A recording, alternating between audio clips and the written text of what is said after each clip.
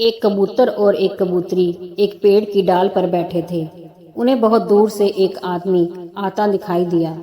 कबूतरी के मन में कुछ शंका हुई और उसने कबूतर से कहा कि चलो जल्दी उड़ चलें, नहीं तो ये आदमी हमें मार डालेगा। कबूतर ने लंबी सांस लेते हुए इत्मीनान के साथ कबूतरी से कहा, भला उसे गौर से देखो तो सही, उसकी अदा देखो, लिबास देखो, चेहरे से शराफत टपक रही है। ये हमें क्या मारेगा, बिल्कुल सज्जन पुरुष लग रहा है।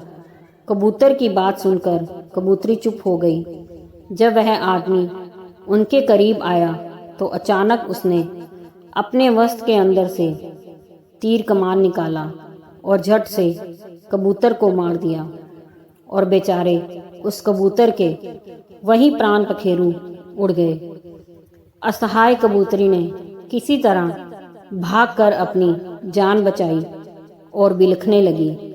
उसके दुख का कोई ठिकाना ना रहा और पल भर में ही उसका सारा संसार उजड़ गया।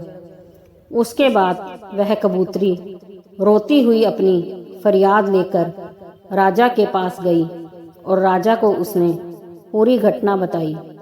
राजा बहुत दयालु इंसान था। राजा ने तुरंत अपने सैनिकों को उस शिकारी को पकड़ कर लाने का आदेश दिया। तुरंत शिकारी को पकड़कर दरबार में लाया गया। शिकारी ने डर के कारण अपना जुर्म कबूल कर लिया। उसके बाद राजा ने कबूतरी को ही उस शिकारी को सजा देने का अधिकार दे दिया और उससे कहा कि तुम जो भी सजा इस शिकारी को देना चाहो दे सकती हो और तुरंत उस पर अमल किया जाएगा। कबूतरी ने बहुत दुखी मन से कहा कि हे राजन, मेरा जीवन साथी तो इस दुनिया से चला गया, जो फिर कभी भी लौट कर नहीं आएगा।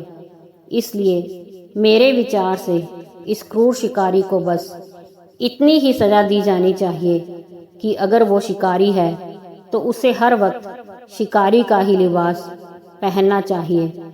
ये शराफत का लिबास वह उतार दे, क्योंकि शराफत का लिबास ओढ़कर धोखे से घिनौने कर्म करने वाले सबसे बड़े नीच होते हैं। इसलिए अपने आसपास शराफत का ढोंग करने वाले धोखेबाजों से हमेशा सावधान रहें, सतर्क रहें और अपना बहुत ख्याल रखें। दोस्तों, अगर कहानी पसंद आई हो तो लाइक, सब्सक्राइब, शेयर ज़रूर कीजिए।